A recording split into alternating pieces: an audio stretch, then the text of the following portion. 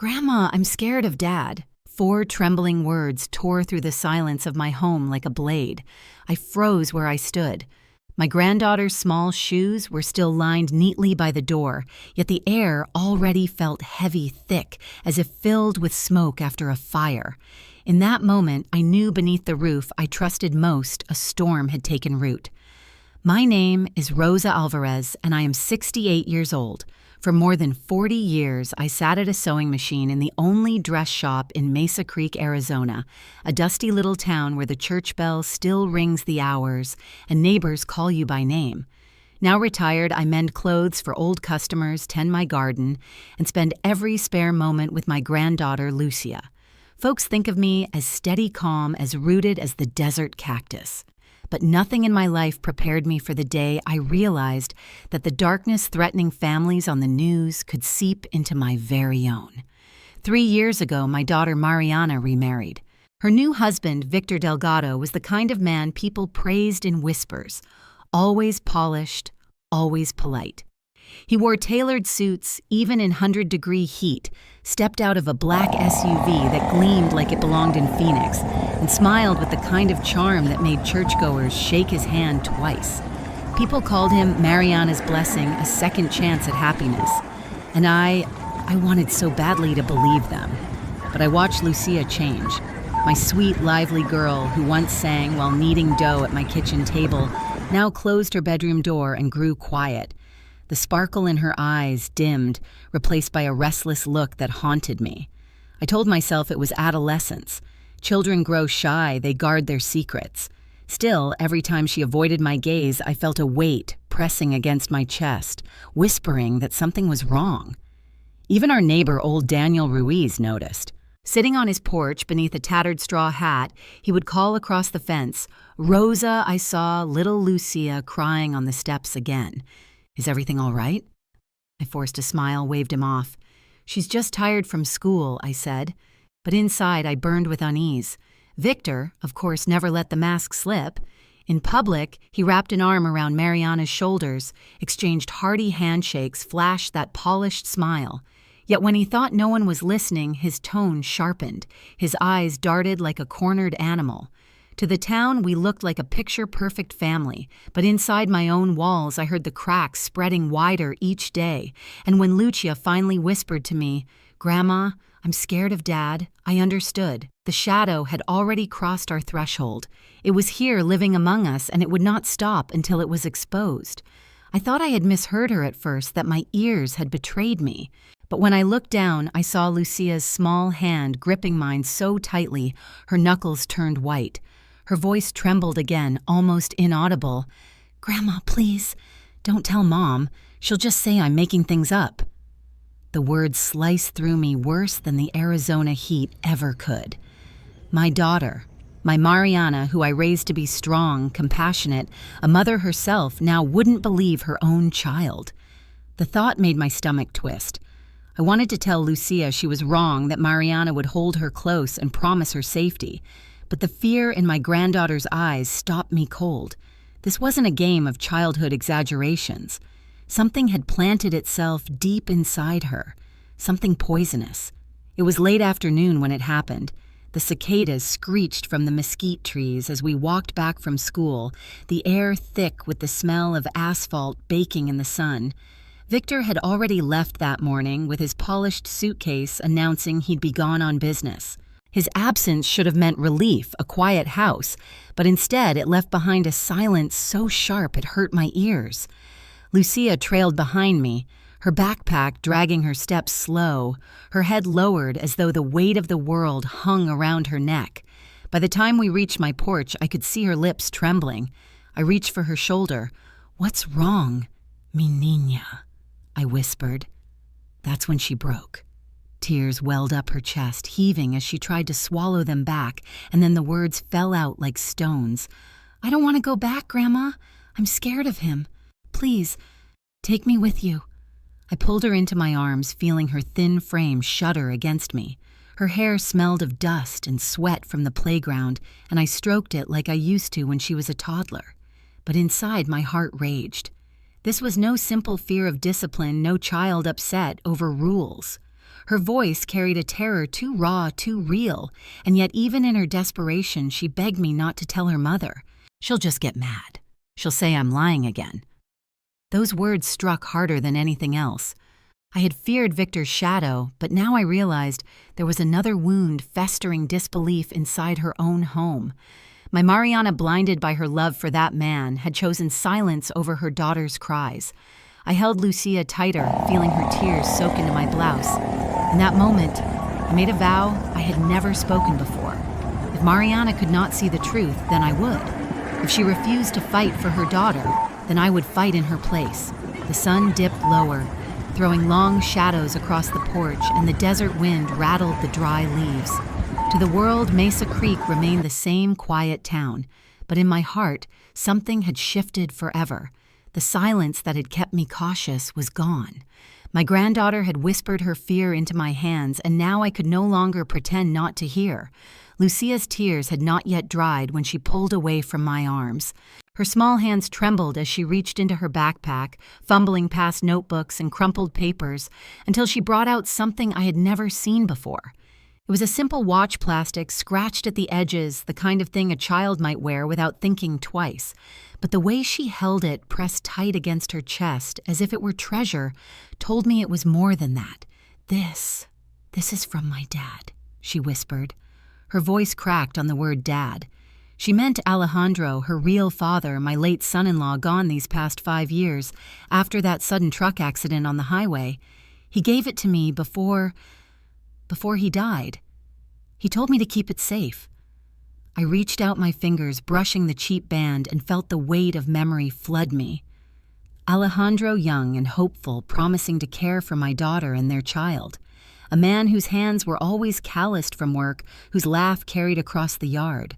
And now here was the last piece of him, clutched in his daughter's frightened grip. Lucia's eyes searched mine, wide and pleading. "Grandma, it records. He told me, if I was ever scared, to press the red button." For a moment, I could not breathe. My heart thudded in my ears as I pressed the tiny switch she showed me. The watch clicked softly, and then his voice. Victor's voice. Cold, deliberate, unmistakable. "Lucia, don't make me repeat myself. If you tell your mother, she'll leave you. Do you want to be abandoned? Do you want her to think you're a bad girl?" The words seeped out like venom coating the air around us. My knees weakened and I gripped the arm of the sofa to keep from collapsing. Then came Lucia's voice on the recording, high and fragile. "Please, Dad. I'll be good. Just don't." Her words broke into sobs, choked and desperate. The room spun. My vision blurred as rage and grief crashed together inside me. Every syllable of his manipulation was a knife. I wanted to tear the watch apart, to rip his voice out of it, but I couldn't stop listening. Victor continued soft and menacing. "Be quiet. No one will believe you anyway. If anyone finds out, they'll hate you for it." And then a muffled cry. My granddaughter's whimper so faint it made my blood run cold. I dropped the watch onto the table. It landed with a dull thud, still spilling his poison into the air. My chest tightened as if I had aged 10 years in a single moment. Lucia buried her face in my lap, sobbing. I stroked her hair with trembling hands, whispering, "I believe you, mi niña. I believe every word." But inside, I was breaking. The evidence was there, undeniable. The man our town praised, the man my daughter defended, he was a predator. And I, an old woman, was now the only line of defense between that monster and the little girl who trusted me with her soul. I don't remember how long I sat there holding Lucia as the poison from that recording still echoed in the air. My blouse was damp from her tears, my hands stiff from clutching her so tightly, but my mind was already made up. I could not leave her under that roof another night. So the very next morning, before the sun had fully climbed over the desert hills, I packed a small bag with her clothes and led her out of Mariana's house. She didn't ask questions, just slipped her little hand into mine, her eyes hollow as though she had already given up hoping her mother would save her. But nothing is ever that simple. By evening, Mariana showed up at my doorstep. Her heels clicked against the porch wood, her face flushed with indignation. She didn't even greet me. "Mother, what do you think you're doing? Bringing her here like this, making a scene?" Victor will be furious. The fury in me rose so quickly, I had to grip the doorframe to keep my voice steady. Mariana, I said, listen to me. Your daughter is terrified. She begged me to take her away. Do you understand what that means? But she shook her head, her eyes narrowing. She's just confused. She misses Alejandro. You know how she clings to his memory. Victor is trying, but she won't accept him. She's making things up. Lucia, who had been standing behind me, whimpered at those words. It was like a dagger to her heart. I pulled her closer, glaring at my daughter. Making things up, is that what you think a child does when she sobs that she's scared in her own home? Mariana folded her arms. You've always doubted Victor. Admit it. You never thought he was good enough for me. Now you're feeding Lucia's imagination. This is not healthy. I felt something break inside me. My own daughter was blind, willingly blind. If you won't believe her, then maybe you'll believe someone else. The next day, I walked into the school with Lucia, her teacher, Ms. Teresa Morales met us at the door, concern already etched into her face. She led us into the quiet classroom, papers and crayons still scattered across the desks. Mrs. Alvarez, she said softly, I've been meaning to talk to you. I've noticed changes in Lucia. She's withdrawn jumpy at sudden noises. And she pulled out a folder of drawings. My breath caught as I looked. Page after page of childish sketches, always the same figure, a tall man with dark, heavy lines, for eyes looming over a small girl drawn in faint strokes. Teresa looked at me with sorrow. She doesn't talk about it, but her pictures, they speak loudly. I carried those drawings home like evidence from a crime scene. That night I laid them on the table in front of Mariana. She barely glanced at them before pushing them away. They're just drawings. Children have wild imaginations. That denial, sharp, careless, nearly split my heart in two. My daughter chose her husband's comfort over her child's cry for help. The family I had built with my own hands was cracking down the middle, one side, shielding a monster, the other clutching the little girl who had begged me not to let go. And in that fracture, I knew where I would stand, even if it meant standing alone. That night, after Mariana dismissed the drawings as just a child's imagination, Lucia broke down in my arms. She clung to me with such desperation that I could hardly breathe, her sobs shaking through my bones. Please, Grandma, don't make me go back. Please don't let him near me again. Her words came out in gasps, each one slicing into me like broken glass. I stroked her hair, whispering that she was safe.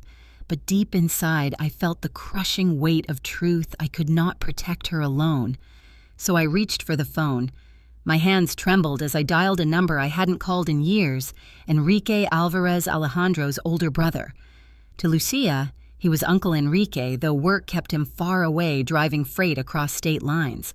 To me, he was the last living tie to Alejandro, a man who had once stood as solid as stone, but now carried the weariness of the road. He answered on the second ring, his voice gruff but warm. Rosa, it's been a while. Is everything okay? I swallowed hard.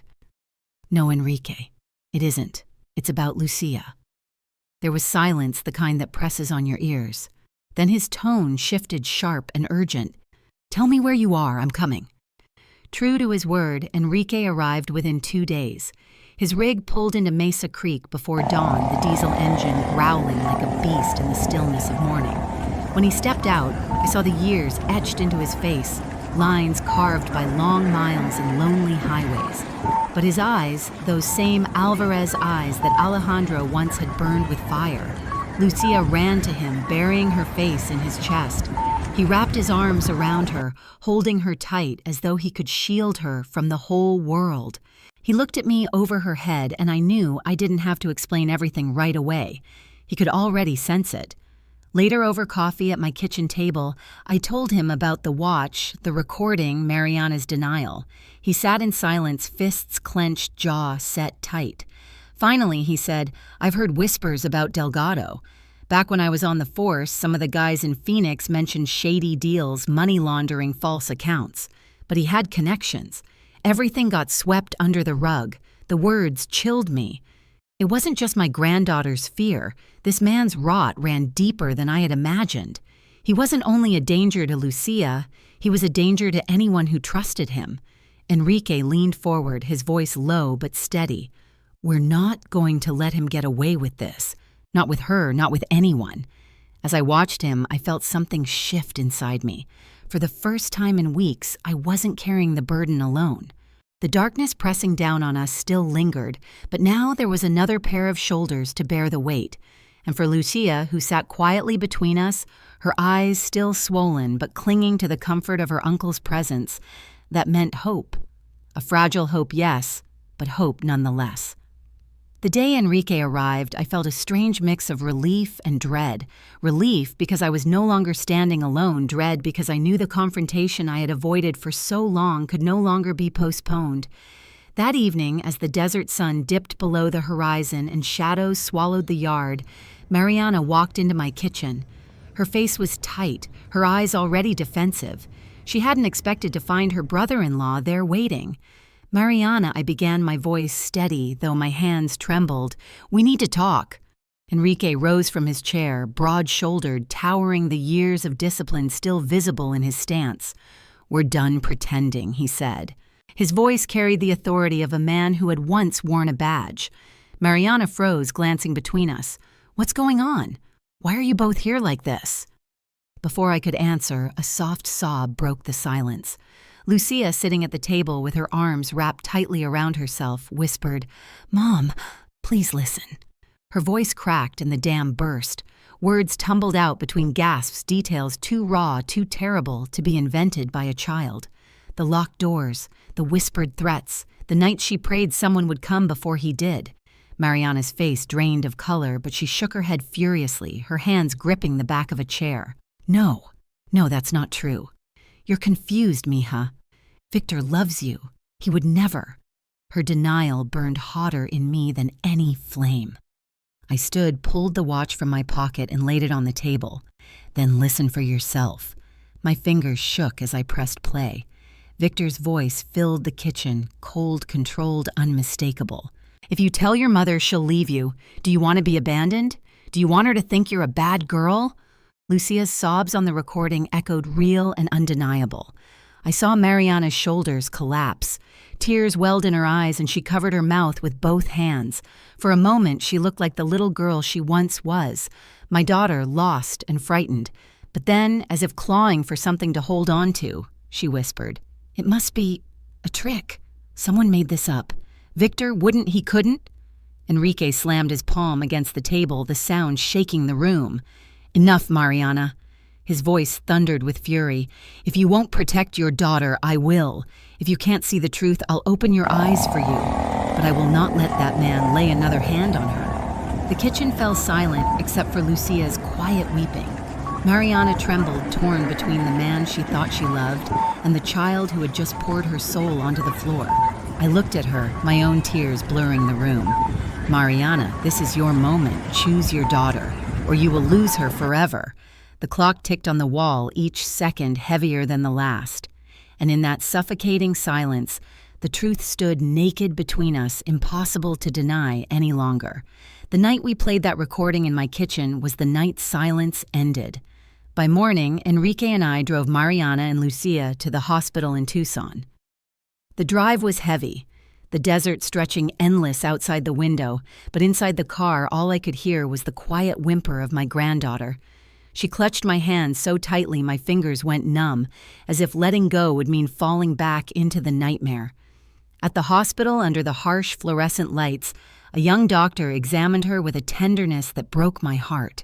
His words were careful, but firm. "Your granddaughter shows signs of severe psychological trauma. She'll need ongoing therapy." He looked at me directly, then at Mariana, who sat with her face buried in her hands. "And she needs to be safe." I wanted to scream. Of course she needs to be safe, but my throat was too tight. I only nodded, holding Lucia close as if I could shield her from every shadow. That same afternoon, the police came. A detective, gray-haired and stern, sat across from us with a notepad. I placed the watch on the table like a piece of evidence too sacred to touch. He listened, his jaw clenched tighter with every second of Victor's voice. They took statements from all of us, May, Enrique, and even Teresa, the teacher who came forward willingly. She showed the officers the drawings Lucia had made at school. I watched her hand tremble as she pointed to the dark figure that loomed again and again on the page. She never said his name. Teresa whispered, but it was clear who she feared.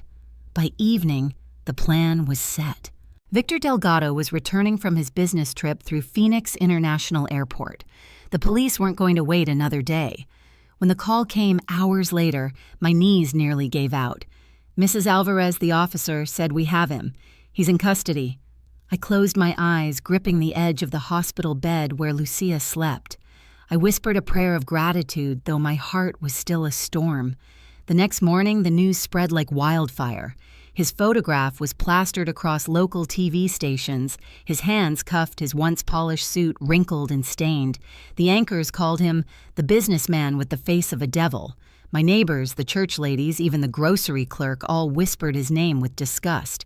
But what struck me most wasn't the headlines. It was the testimony that followed. A former colleague of his, a woman I had never met, came forward. She told reporters she had once seen Victor corner a young employee after hours, his hand too close on her shoulder, his smile too sharp. She said she left the company soon after because she felt unsafe. I sat there in the hospital room watching the screen glow with his downfall and held Lucia tighter. Justice had begun its march, but as I looked at her fragile frame under those cold white sheets, I knew this was only the beginning. The law could cage a man, but who would heal the wounds he left behind? After Victor's arrest, the world outside seemed louder.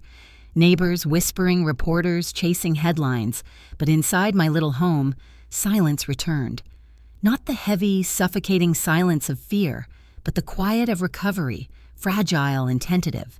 Lucia came to live with me, her small suitcase tucked in the corner of my bedroom, like a reminder of how quickly childhood can be stolen. Each morning, I would braid her hair at the kitchen table while she sipped hot chocolate. Some days she spoke. Other days she stared out the window, lost in a world no child should ever know. Therapy sessions began at the community clinic. The counselor was gentle, patient, guiding her through her nightmares. Still, I saw the shadows in her eyes, and I knew healing would be a long road. Enrique became a fixture in our lives. Every week, he parked his truck in front of my house, bringing little gifts, a stuffed bear from Kansas, a snow globe from Denver. But more than that, he brought his presence. He sat with Lucia on the porch, teaching her how to whistle, how to throw pebbles into the dirt lot across the street. She began to laugh again, a sound I had feared was lost forever. To her, Enrique was not just an uncle. He was proof that men could still be protectors, not predators. Mariana, meanwhile, lived in the shadow of her choices. Neighbors turned their backs at church. At the market, I heard whispers. How could she not believe her own child? She walked with her head lowered, shame etched into every step. She visited Lucia, but the distance between them was stark. My granddaughter would sit stiffly answering in short words, the warmth gone from her tone. Mariana's eyes would fill with tears, but guilt has no shortcuts. She had chosen blindness when her child needed sight. That is not a wound that heals overnight. At night, when the house grew still, I sat by the window and let my thoughts wander.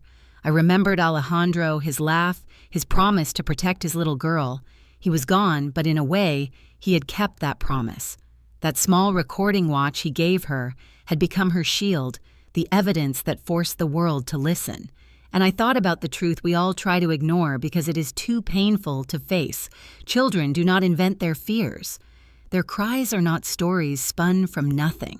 Too often adults dismiss them, call them dramatic attention-seeking, confused.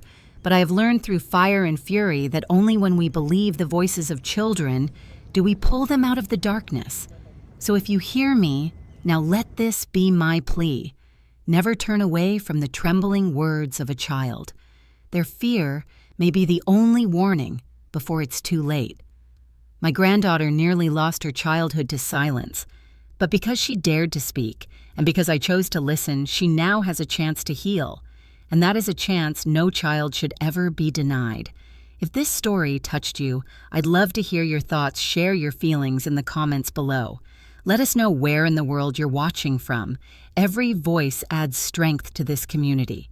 And if you want more true stories about family resilience and justice, don't forget to subscribe to Everyday Family Conflicts. Together, we can remind the world that every child's voice deserves to be heard.